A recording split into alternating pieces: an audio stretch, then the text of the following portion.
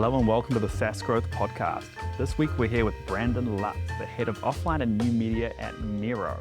How are you today, Brandon? Hey, I'm doing well, Carl. It's a bit cold by me, but I imagine it's also pretty cold by you Yeah, over.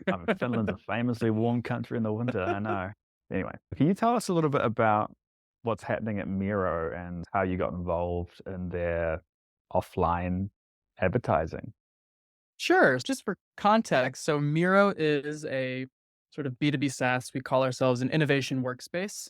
Our focus is on helping product development teams, engineers, product managers, designers, but also marketing and IT be able to do a lot of their product and project development work from the initial stages of discovery, brainstorming, ideation, but also manage the entire product development process from that to structuring your programs into product briefs, customer journey mapping, all of that, and then actually into the task management of that work. So, like full service, one tool, one consolidated space to do all that work. Our target audience is pretty small, not dissimilar to probably some other niche SaaS companies. So we have mostly people that work in the product development space.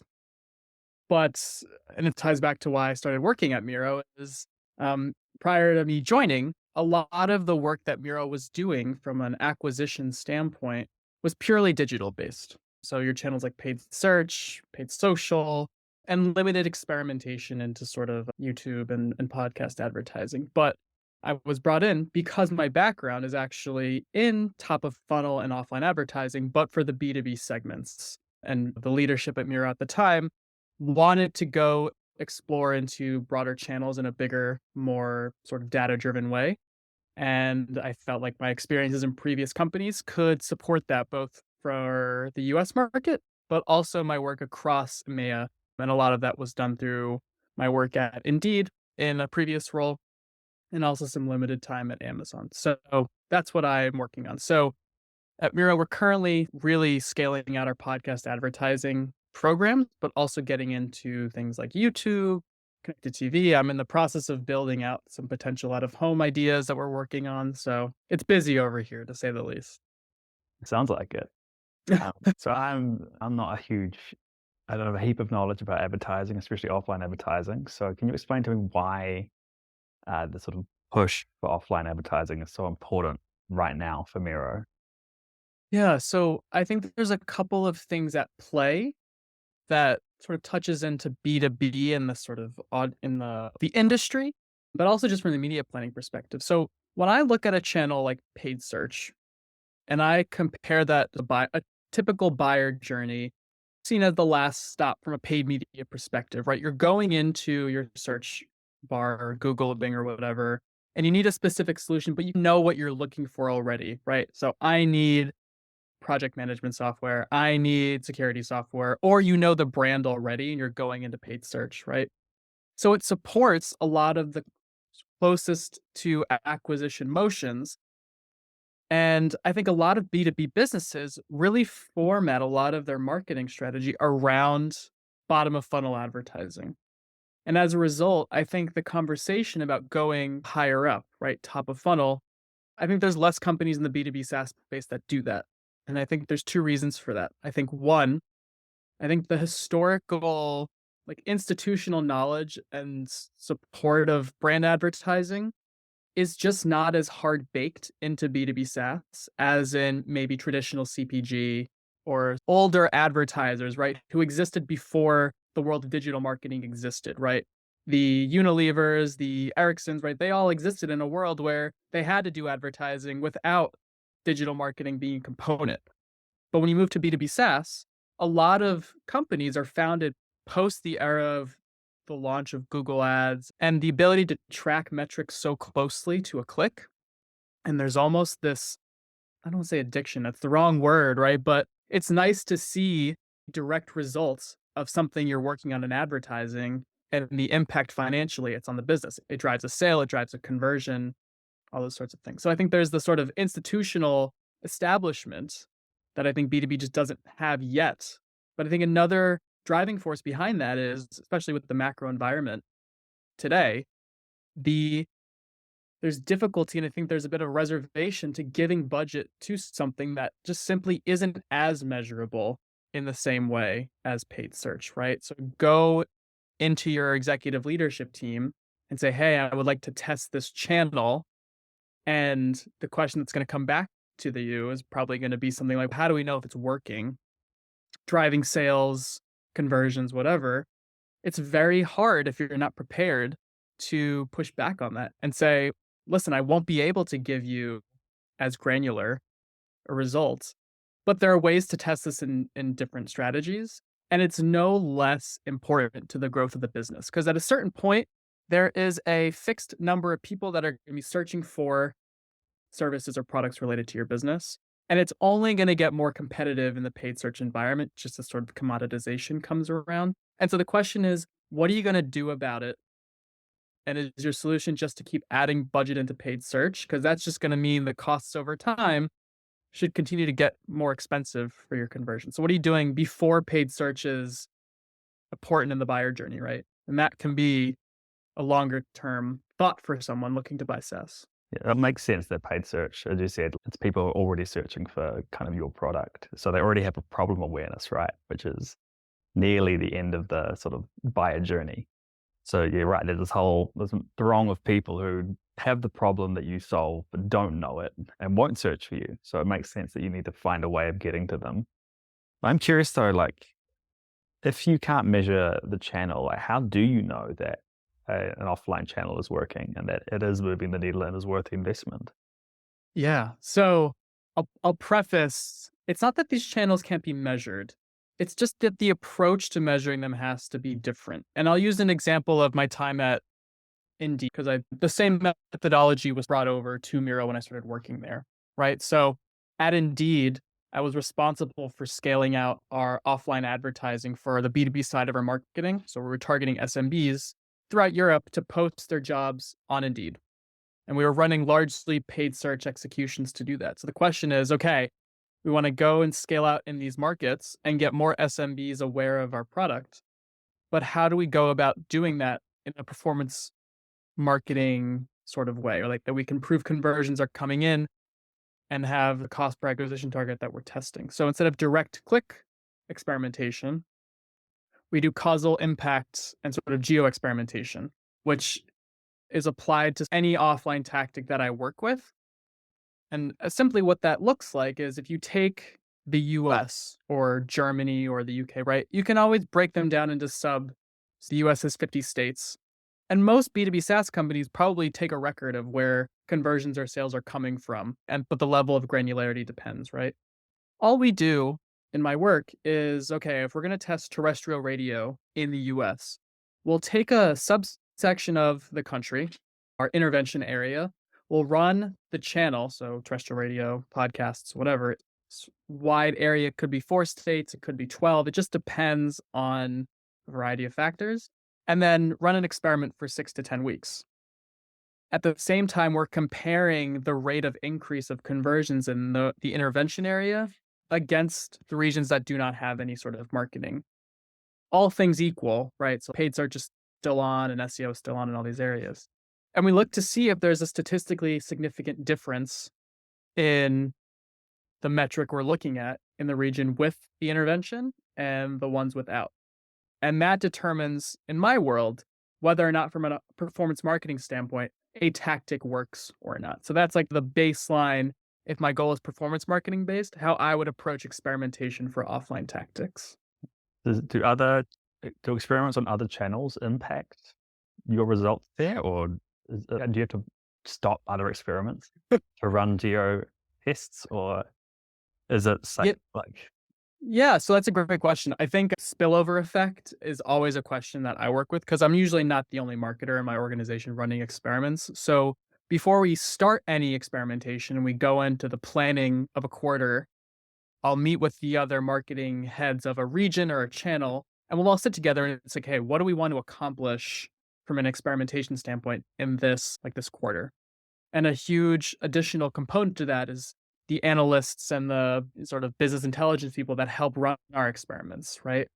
And we do this specifically so that we have a view on where are their expected tests that are going to be happening at their channels, and we can adjust accordingly.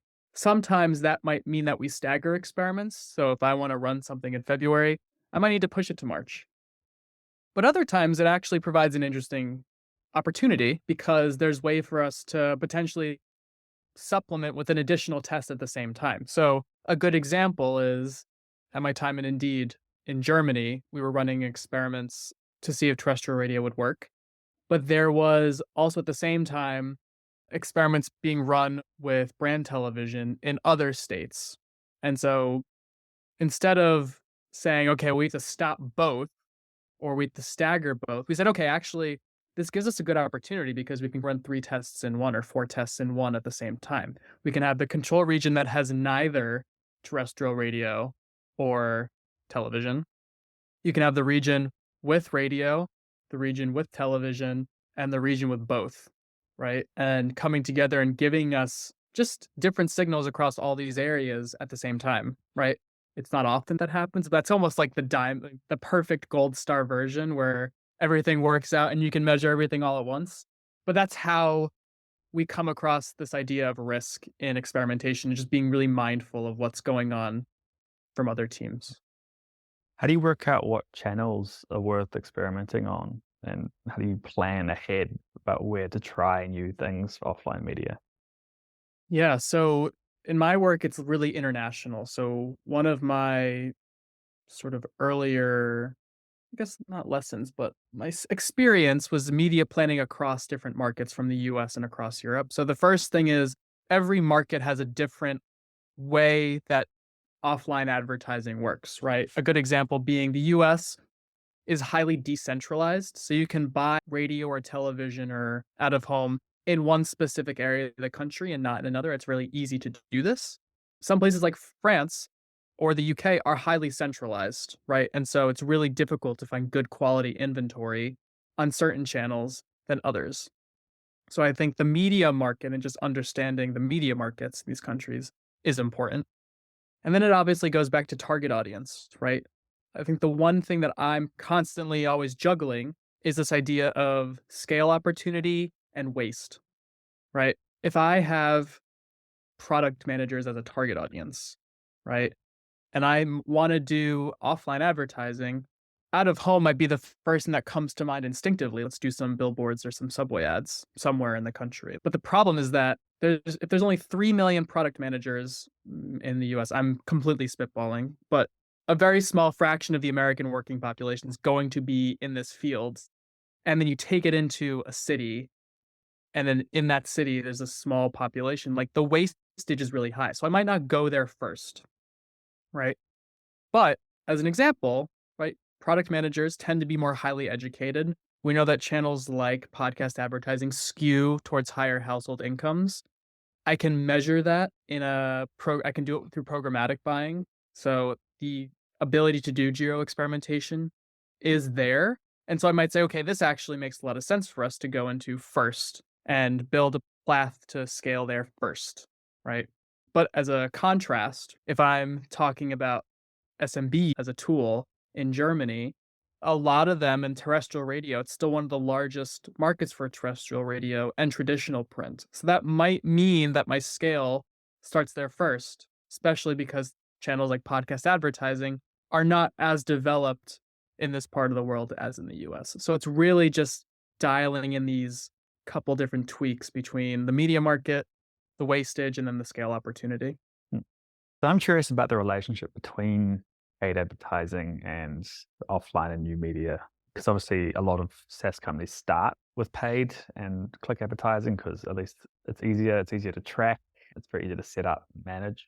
But I'm wondering about when that investment in offline channels makes sense, and what part of the journey should people start giving more budget to podcast advertising and traditional media?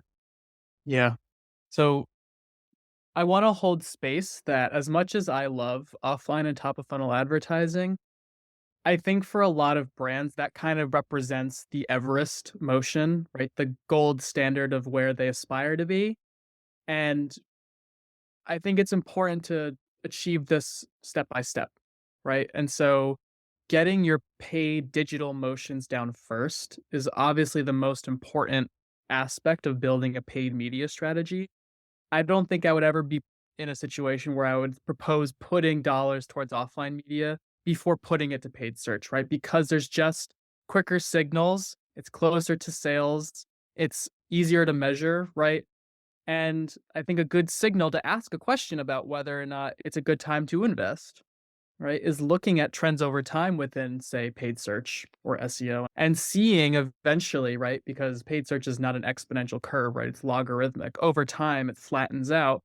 If you see over time that your brand, after experimenting across the different tactics in digital marketing, that it's just not growing like you want it to, and there could also be other signals that you look at just from like brand awareness and consideration, right? If people are really not hearing about your brand until again, getting lucky on Google, they know what they're searching for already. That might be a good time to start asking that question in that market. Should we try something different?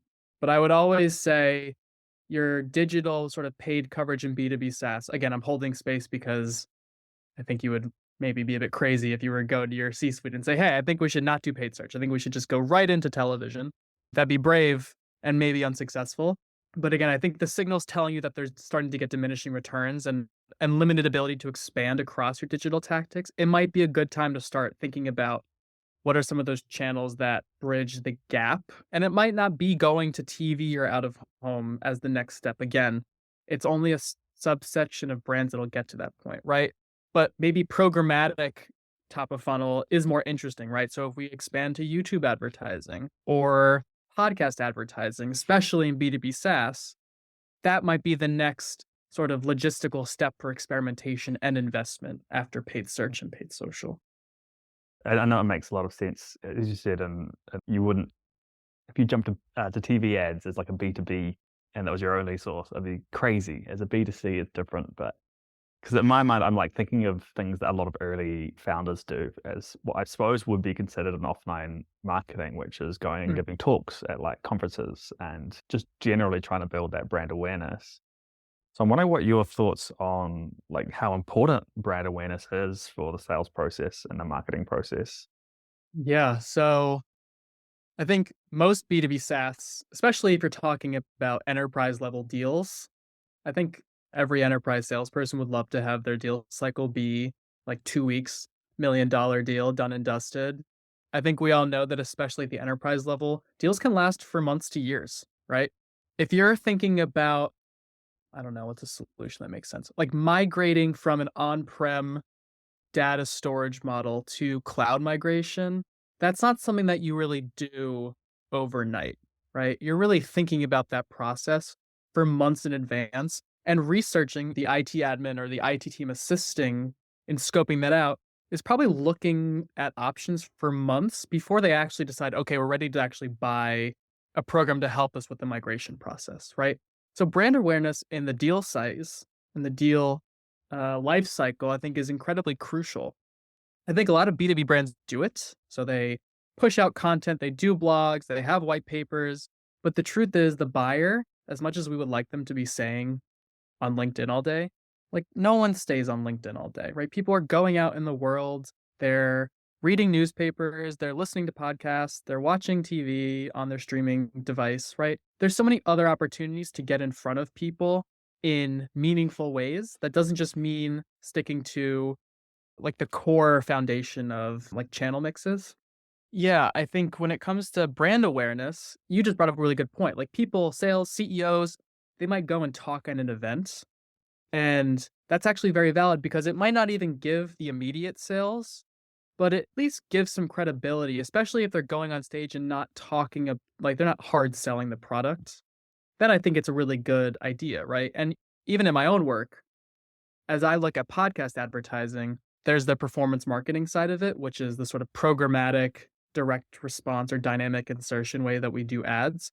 But then there's also sponsorships, right? And going to specific influencers or thought leaders in the space who are highly valued by our target audience and getting them either to talk positively about the product or can we get our own executives or people that work at Miro talking on their shows about topically relevant subjects that maybe aren't trying to sell Miro, but talking about digital transformation or the product development process, right? It's incredibly valuable, but obviously it's harder to measure if you compare it to something like a direct response return on investment campaign. Yeah, there's definitely the numbers are definitely less sexy from like an ROI side. You Oh, can't. It's yeah. hard to draw that line and be like, I earned you. It's I always tell myself I almost feel like I like to punish myself, and that's why I do this work. Because I always feel like I go into a meeting and I'm like, cool. So our focus for this sponsorship experiment is going to be reach. And that's the hill I'm gonna die on, right? Like, targeted reach. And then the questions just start firing away. Can we do direct response doing a URL on the ad itself? I said, you could. But 9 times out of 10, that only tells you a fraction of what's going on, right? It might tell you something, but not everything.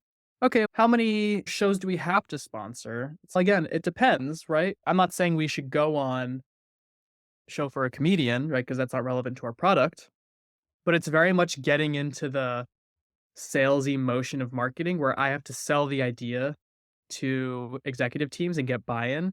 But it's actually a really good exercise for any marketer to do that, because I think it's good to understand what your executive team's level of risk is, because that will also, I think, influence how far you're gonna go, whether it's gonna be, "Can we try a tiny programmatic ad just to see a signal?"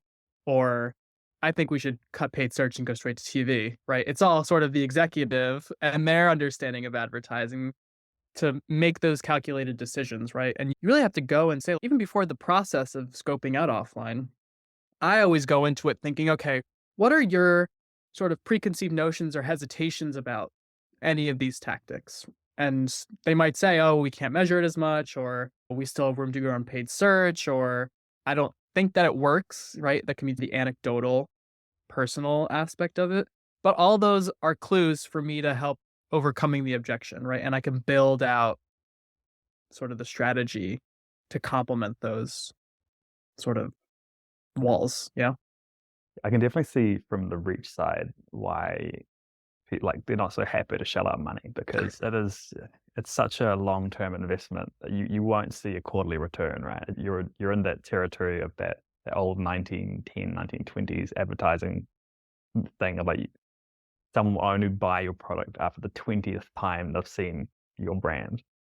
Yeah. And I feel like it inevitably happens. I think a lot of your show listeners might have had that scenario happen where, maybe they have a more conservative investment team, but then all of a sudden the idea is, oh, so and so competitor, we just saw them on whatever channel. Like, why are we not doing that? And I think it's a big shame when you're the second one to do that channel, right? Because you could have been the really brave organization that got there first, right? And, cleared out the space for months to years before your competitors started doing it. But also the more channels, especially when you've got again like less waste and really good like really good sort of penetration of people in an audience on a channel, like constantly coming up, even if you're not actually selling, is really valuable. If you think about on a broad scale, something like Monday.com, which are running shitloads of YouTube and sort of other advertising campaigns, and they're not the first product management tool. They're not even like the biggest. They're coming in as relatively new, as a new entrant to the market, and yet they're growing massively. And like they're everywhere. You can't not think about Monday.com. The point where if you think, oh, I should think about a project management tool, Monday is always going to be on the list that you look at. Like, Yeah, or even like I remember seeing ads for Grammarly years ago, and I was like, this is not in just my own high value sense of self. I was like, I do not need a grammar correcting tool. That's ridiculous. But then they've been doing ads for years, and I still think of them when I'm like, oh, I need to edit something. Like AI is like changing that a little bit, but nevertheless, like Grammarly was there for years, even in the US, like Squarespace and stamps.com, right? These were things years ago that they were advertising on podcasts, and I still think about them to this day. Or like MailChimp from when Serial the podcast was out. That's like the first thing that comes to mind for me. yeah, and like how often do you go shopping for an email client? Like, Yeah. Completely, but completely. Yeah, but when you are like MailChimp's again, it's always on the list. It's always what you look at. It may not be the one Yeah. everyone always chooses, but at least you're always considered. I think the biggest Yeah. And shame is just having someone who you could solve their problem perfectly and they never even look at you. yeah. One of the things that we're exploring or I'm getting more into, which I think is really exciting, is this idea of category entry points. It's an awareness level metric, but I think historically when I look at brand awareness, it's awareness and consideration. And these are the top two sort of gold standard metrics. If you think about it, asking someone, have you heard of this brand? Does it really tell you that much? If they can't tell you where they heard it from or what it really does, then is it really successful? Maybe, right? But this idea about category entry points that I like is that it's the mental heuristics. People are associating and recalling the brand at a specific moment when they need to do something, when they think of someone, hear something. So at Miro, one of the things we're experimenting with is this idea of category entry points as a metric, right? When I need to brainstorm, obviously we want people immediately to think of the brand, right? And that's where we're very comfortable in this sort of discovery space. The challenge is now, okay, when I need to manage project timelines or product management teams, or I have to do a cloud migration, I think of Miro. That's a different hill to climb that we're hoping to climb, right? But nevertheless, is something that we're curious about, and I think is actually a very interesting metric to explore. And that's quite an interesting concept about just brand recognition isn't enough. It needs to be associated with something.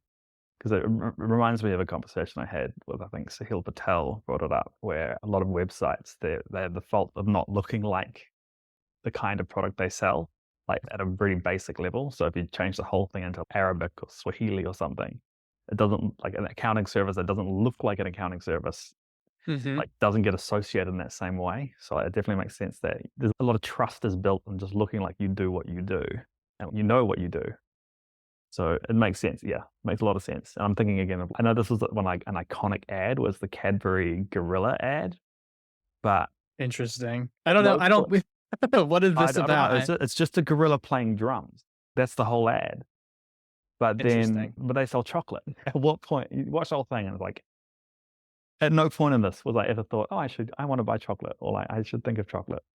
It's just But now, when you see a gorilla, is that what comes to no, mind? not at all. Oh, Like, it's just the silly ad that they ran, and it's like this. It's iconic because I think it was iconic because it was so stupid. It was just so out there that everyone was like, "There's a gorilla playing drums, and it's the Cadbury." yeah. But you had to know Cadbury sold chocolate beforehand, otherwise it doesn't do anything.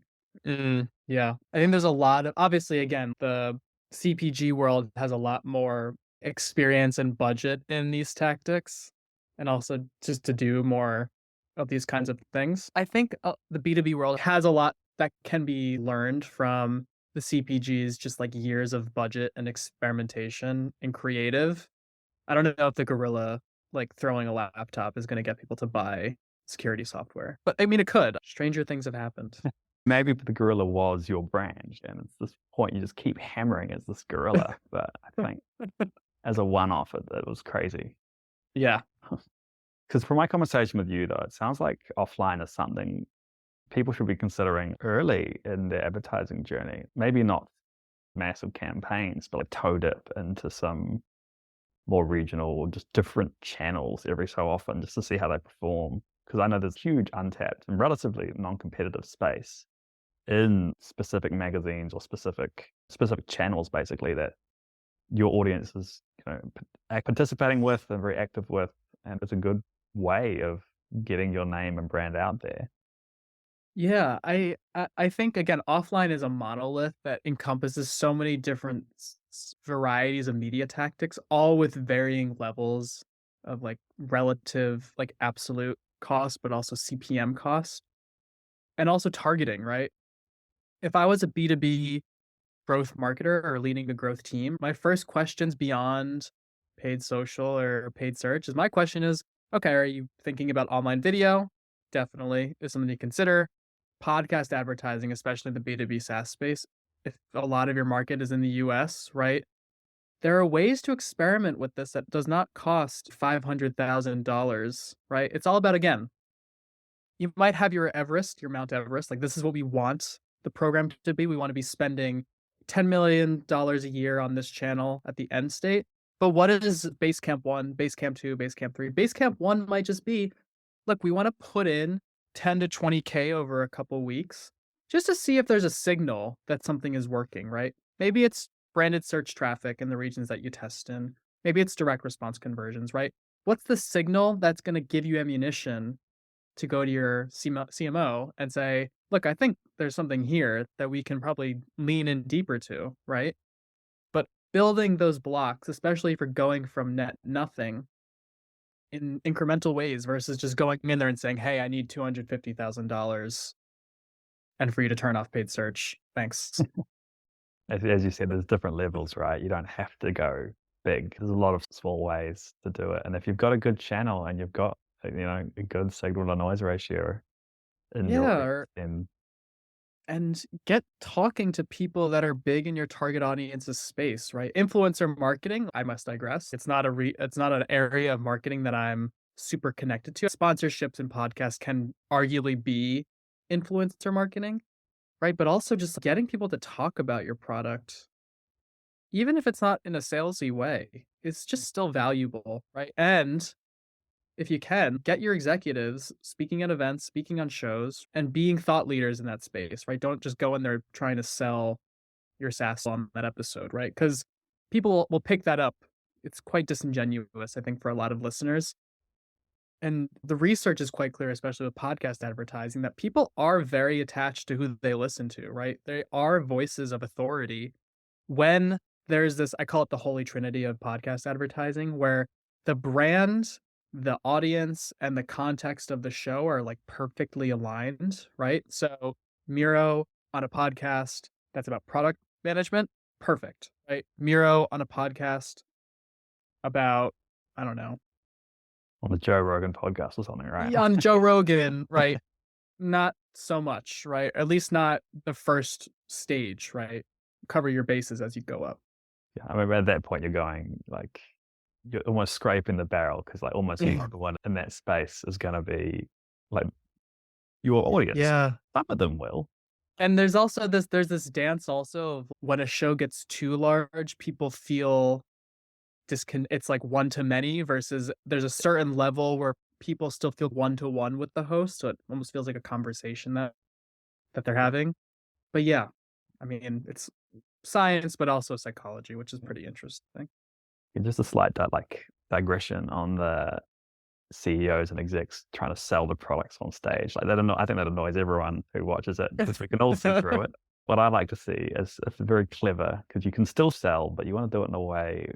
All you really want to achieve is try to get problem awareness into your listeners. Mhm. You don't necessarily say, we solve it, we'll do it all for you. It's just, hey, you might have this problem. Just leave that out there.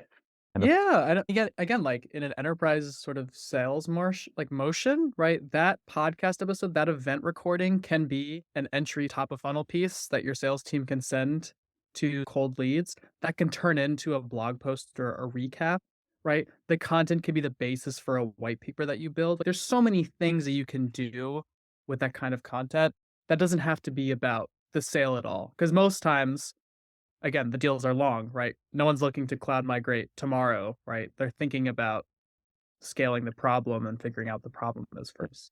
yeah, people need to go away and think about it. If they're going to be dropping even like six figures on something, like they need to know that it's not going to be wasted. Like when you get up to the millions, it's okay. People are going to be really careful about dropping $1 million. They're not going to do it overnight, and they're going to assess. You just want to start that little like push that stone off the top that sort of starts the avalanche of all the work they would have to do. And it could take months and years for it to come back around, but that work's worth it. Yeah, absolutely. Anyway, is there anything else you want to cover before we wrap up this episode? Not unless you have any more burning questions. Again, my big takeaway is I don't think offline has to be a dirty word or a forbidden word in the marketing mix of B2B SaaS, right? I think there is a space for it to play.